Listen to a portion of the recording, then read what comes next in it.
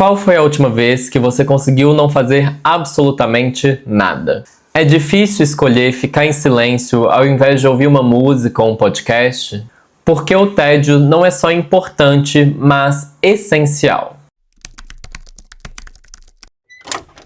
Ei gente, tudo bom com vocês? Meu nome é Adalma, esse é o Gira Trinco, sejam bem-vindas, sejam bem-vindos. Hoje eu vou fazer uma coisa diferente aqui no canal. Para quem não me conhece ainda, esse é um canal literário, é um canal em que eu faço resenhas de livros, entrevisto autores, também faço algumas listas de indicações, sugestões de leitura. E nisso eu decidi começar este ano de 2026, do Nosso Senhor, começar um quadro novo que se chama Palavra-Chave, em que eu possa divagar sobre ideias, sobre conceitos que eu acho interessantes. E, obviamente, o primeiro conceito, a primeira ideia é a ideia do tédio. O que significa tédio, por que ele é importante no caso. E, para isso, eu escolhi uma obra, né? Isso aqui continua sendo um canal literário. Eu escolhi ler o livro Vita Contemplativa, ou Sobre a Inatividade, do autor sul-coreano alemão Byung-Chul Han. Esse livro que é da editora Vozes, tradução do Lucas Machado. Esse livro, ele foi interessante, ele não é exatamente simples, ele é mais para filosofia mesmo, ele tem mais de 200 notas de rodapé, ele fala muito de Heidegger, fala muito de Hannah Arendt, falando mal da Hannah Arendt no caso, para comprovar a ideia dele, e também fala muito de Walter Benjamin. Mas esse vídeo não é para realmente resenhar o livro, é mais para falar sobre o tédio. Eu vou devagar muito, mas antes que eu comece realmente, eu te peço para curtir o vídeo, para se inscrever no canal e para me seguir nas outras redes sociais também, no Instagram e no TikTok, e comentar aqui também. E, se possível, ativar as notificações, gente, isso me ajuda também. E é isso, vamos para o vídeo, vamos falar de tédio.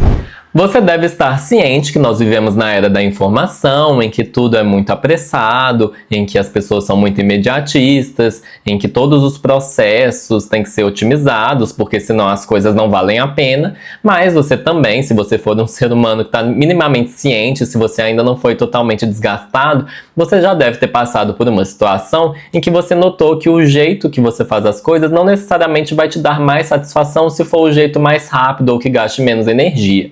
E nisso, eu acredito que o trabalho, assim, obviamente o trabalho é uma coisa que vai consumir a gente de um jeito particular, é bem peculiar o jeito que o trabalho é capaz de fazer a gente ficar exausto. E nisso a gente vê o tempo que a gente tem livre de uma forma que às vezes não é muito agradável também. Às vezes o tempo livre também não está descansando de fato a gente, não está renovando as nossas energias.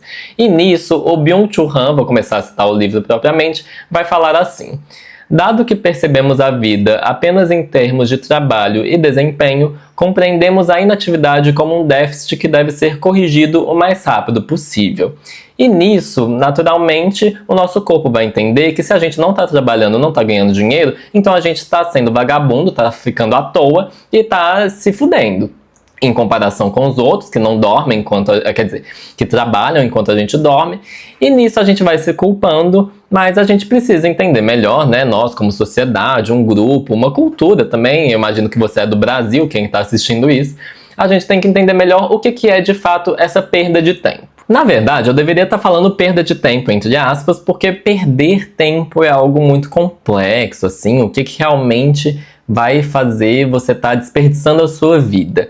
Eu imagino que você pense em hobbies possíveis, ou pense no lazer num geral, mas essas coisas ainda são algum tipo de ação. O Byung-Chul Han vai falar muito sobre isso. Você não está realmente desativando a sua mente, quer dizer, não é desativar, mas você não está descansando ela de fato. Ainda tem alguma atividade sendo feita, ainda existe algum tipo de energia sendo gasta ali de forma consciente. E nisso você não está de fato contemplando o mundo, você não está de fato meditando, coisas que vão estar ligadas à inatividade. Algo que é muito danoso e que tem a ver com o que eu já falei é também, abre aspas, uma vez que o tempo livre serve para se recuperar do trabalho, permanece preso à sua lógica. Ou seja, se você só descansa para depois voltar a ser produtivo, você não está descansando de fato, não profundamente. E esse é o problema. Talvez você passe suas férias fazendo 1 milhão de coisas, você tem que visitar todos os pontos turísticos, ir em todos os restaurantes que te indicaram,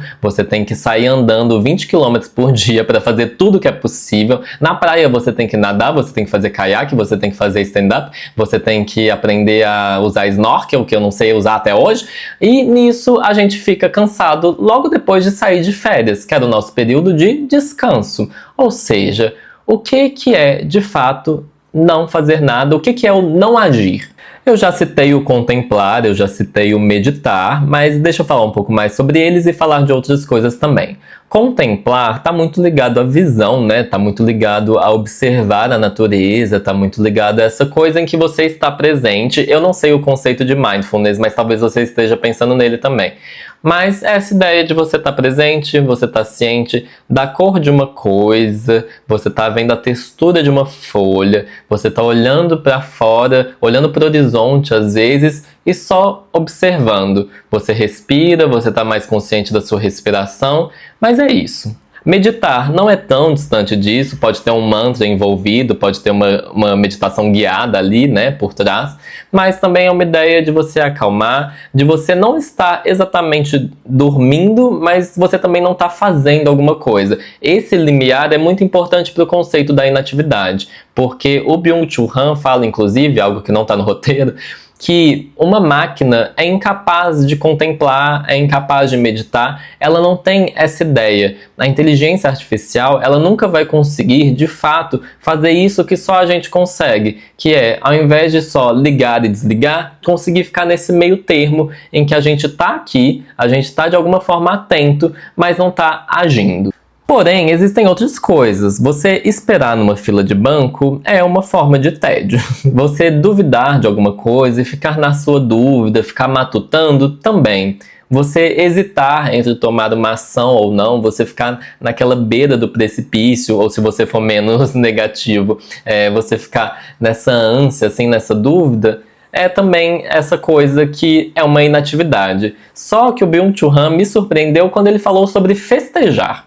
Por quê? Porque festejar é algo que não tem exatamente um propósito por trás. Ah, eu tô saindo para me divertir, eu vou para uma festa, eu vou dançar, eu vou beber. Ok, mas isso é parte desse lazer que não exatamente existe uma motivação por trás. Você pode ir numa festa e não fazer meio que nada, assim, você pode ficar parado lá. A ideia do Byung-Chul Han, na realidade, é falar sobre esse momento de convivência em que você vai estar compartilhando com os outros essa alegria e essa euforia, mas não necessariamente vocês vão estar fazendo alguma coisa. É óbvio que existem festas em que as pessoas vão fazer jogos, em que as pessoas vão fofocar e tal, mas em si, se você parar para pensar, tem festa que não tem motivo nenhum. Você está indo lá para encontrar os outros. E é essa a ideia. Nisso, ele vai trazer algo que eu achei muito interessante, que é, abre aspas, o núcleo essencial da cultura é o ornamental. Fecha aspas. Não é à toa que muita gente não entenda o carnaval, que fala que o carnaval são 5 dias ou mais, ou assim, um ano inteiro às vezes, mas que são muitos dias em que é um bando de vagabundo na rua que tá só pulando e dançando, que está enchendo a cara, provavelmente, mas existe essa ideia por trás de esse povo não está trabalhando, é uma festa vazia, mas a cultura é justamente esses momentos. A cultura está muito ligada a essas festas, sei lá, uma festa do milho, uma festa do boi. Gente, podia ser festa de qualquer coisa. É muito mais uma desculpa. É claro que a gente celebra, a gente começa a criar uma narrativa em volta daquela coisa também, todo um significado, sei lá, da colheita ou de algum outro símbolo que é importante para algum lugar. Mas no fim do dia, a festa é esse momento em que você também está contemplando de alguma forma, você também está meio inativo. Você está nesse momento em que você não está trabalhando, você não está dormindo, você não está realmente desligado. E você tá ali, você tá presente, você tá compartilhando essa energia. É meio isso que o Byung-Chul Han vai falar. Eu não sei se eu consegui explicar muito bem, mas eu acho que sim. E esse ornamental da cultura, eu fiquei pensando, realmente, existem muitas coisas que são os detalhes do vestido, o jeito que a sua avó fazia a comida. Não é muito fácil de repetir aquilo, porque a pessoa que repetiu a exaustão, assim, não a exaustão necessariamente, né? Mas a pessoa repetiu ao longo dos anos uma receita até ficar com gosto daquela receita daquela pessoa. Às vezes a gente fala, eu acabei de ler um livro que é Os Plantas no Mercado, da Michelle Zauner, Ela fala, a minha mãe não sabia as medidas das receitas, ela não sabia. E isso é muito comum nas nossas famílias. Minha família também tem essas receitas em que as pessoas não sabem os números não são importantes. O importante é você observar a pessoa fazendo, é você realmente ter essa noção de qual gosto você vai tentar chegar perto. E como que isso é possível? Coloca mais açúcar, mais farinha, coloca mais ovo, sei lá. Qual que é a textura, qual que é a densidade daquilo? Como que é importante a gente entender que a cultura vem desse lugar. A cultura não vem de quantos ingressos vendeu para um festival que teve na cidade. Não é isso. São as pessoas que estão ali. É o jeito que elas comem, é o jeito que elas falam. Um sotaque, uma linguagem, não é só a palavra, é o jeito que as pessoas falam. E nisso eu não tô falando para todo mundo parar de trabalhar, para todo mundo ficar contemplando o tempo inteiro, mas é meio que tender um pouco mais para isso, só que o Byung-Chul Han fala desse equilíbrio, que a vida ativa precisa da vida contemplativa, não deve ser incomum, deve ter passado uma vez na sua vida de você parar e pensar o que eu tô fazendo, e não necessariamente caçar um objetivo, mas notar que você precisa se estabelecer, que você entrou no modo automático em que você tá fazendo as coisas sem pensar o que tem por trás, ou sem pensar exatamente onde você tá, se situar. Eu acho que contemplar existe uma questão de se situar também. E nisso, a vida contemplativa também vai permitir à vida ativa mais vigor. Eu acho que é um momento em que você renova as suas energias. Dia desses, inclusive, eu vi um TikTok em que uma mulher falava uma coisa que eu achei muito interessante, a querida falou. Ela falou que a gente tem o costume de organizar o nosso dia a partir dos horários, mas que não necessariamente a gente vai pensar o quanto que as coisas vão demandar energia ou não. Que a gente não tem o hábito de dividir o nosso dia a partir da ideia de quanto aquilo vai desgastar a gente ou quanto aquilo vai exigir da gente. E nisso, eu achei interessante porque ela falou assim, você já deve ter feito alguma vez de não conseguir fazer uma coisa num dia e passar para outro dia para fazer o dobro do que você fez no dia, para compensar.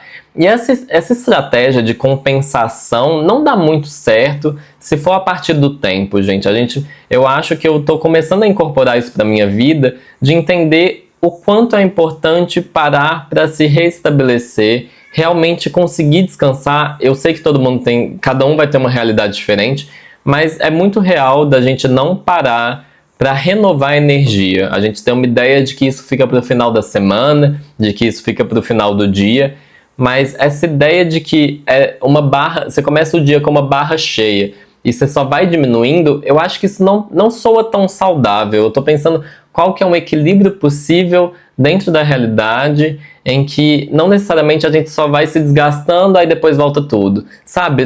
É muito 8 ou 80, né? Começa bem, fica muito mal, volta de novo. Sabe? É uma sanfona muito grande. Eu acho que existem uns picos e uns vales que vão ser menos desgastantes. Eu tô falando muito de desgaste no vídeo de hoje, né? Mas vai ser menos danoso. E eu tô divulgando essa ideia, falando do tédio, porque eu quero que as pessoas se entediem mais e que elas tenham essa paciência. Na verdade, meio que sim, porque o Byung-Chul Han também vai defender a ideia de que isso vai fazer o mundo ser melhor. De que existe um caminho ali em que a inatividade ela vai levar as pessoas a observarem mais, a prestarem mais atenção, a repararem o mundo ao redor. Nisso, elas vão ter uma noção melhor de como mimetizar os outros seres, as outras pessoas, qualquer organismo vivo ali. E nisso surge a empatia, surge a noção de que você entende melhor as motivações daquela pessoa, porque ela não tomou aquela decisão.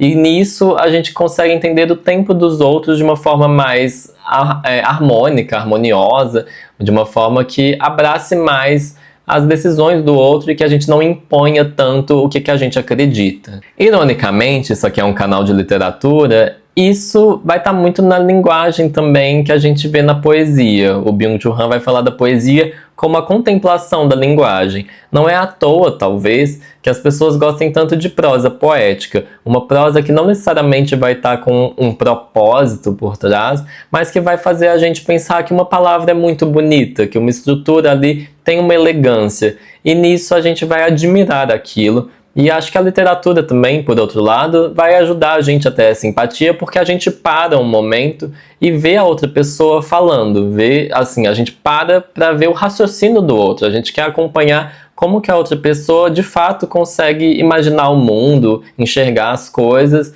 e isso também tem algo de contemplação, né? E mesmo que você discorde que o mundo não vai melhorar se a gente parar para reparar os outros ou se a gente parar para contemplar e ficar inativo, eu acho que sem essas coisas o mundo estar pior faz sentido. Qual que é o raciocínio que o Byung-Chul Han vai fazer? Ele fala que a falta de contemplação vai levar a um excesso de ação sem reflexão crítica, e isso também vai ter menos espaço para a criatividade. E com isso surge um conformismo, surge uma ideia da sociedade de massas. É muito desgastante, eu falo isso com meu primo com muita frequência. Ser autêntico demanda muita energia. Você ir contra a corrente, você realmente gastar o seu tempo para imaginar, não necessariamente como você vai fazer as coisas, mas quando você se vê indo contra o que é o status quo, você ser contra a cultura, assim, é algo que vai te consumindo, né, Kiki? Enfim, a ideia do Byung-Chul Han é que existe uma homogeneização da sociedade a partir do momento que as pessoas não estão parando para pensar no que elas fazem ou parando para não fazer nada. Faz sentido, não faz? E isso vai ser interessante também para a gente aprender a quebrar a nossa relação instrumental com a natureza, ou seja, ver a natureza como um instrumento, como um conjunto de recursos de onde a gente vai extraindo as coisas e a gente não pensa justamente como renovar isso. A gente não imagina quanto tempo demora para um manancial se limpar, enfim, não vou dar detalhes, mas eu acho que Ailton Krenak, várias pessoas indígenas, na verdade, vão ter em suas obras toda essa noção de que essa contemplação, esse tempo de inatividade é essencial também por esse lado, da gente se ver como parte da natureza e não como algo, como um grupo, né, como um ser que vai só utilizar da natureza. E nisso, o Byung-Chul Han vai apostar que, abre aspas, o futuro da humanidade não depende do poder de pessoas que agem, mas da reativação da capacidade contemplativa, fecha aspas. E eu complemento, para poder concluir o vídeo, uma frase que ele vai falar que é: a vida inteiramente consciente é uma vida morta. Eu acho muito interessante, essa parte bateu muito em mim, porque eu penso o tédio como algo que completa a nossa vida, não como algo que você está desperdiçando a sua vida.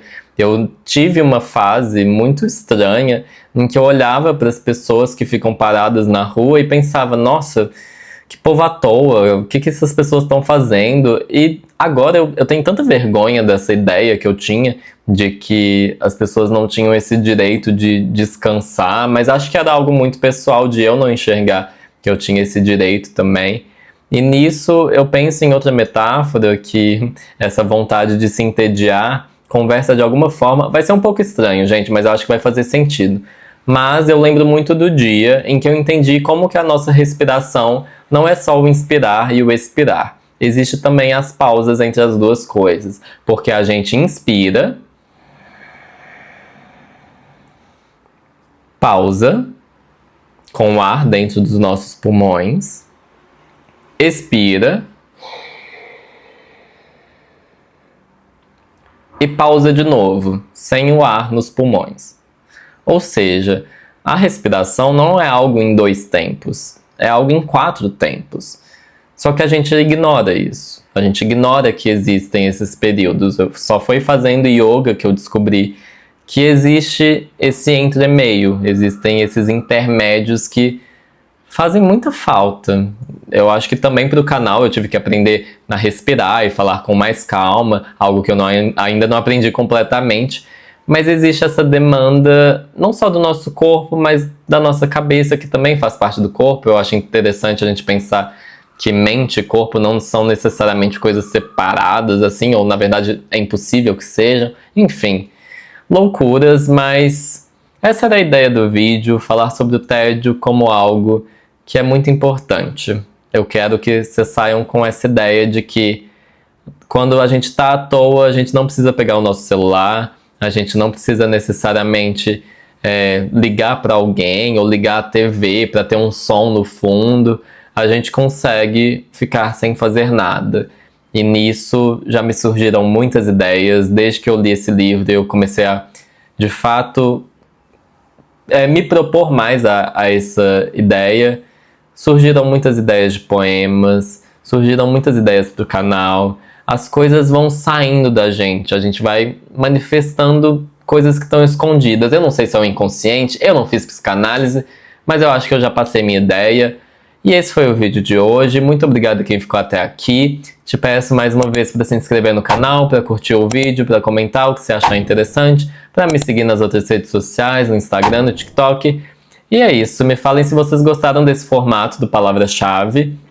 E espero que vocês tenham gostado, porque eu acho que vai voltar, porque eu gostei bastante dessa ideia de ler não ficção e falar de um jeito mais tranquilo sobre algo que não necessariamente é uma narrativa. Eu acho que foi bom. E é isso, um abraço e um beijo pra vocês e até o próximo vídeo.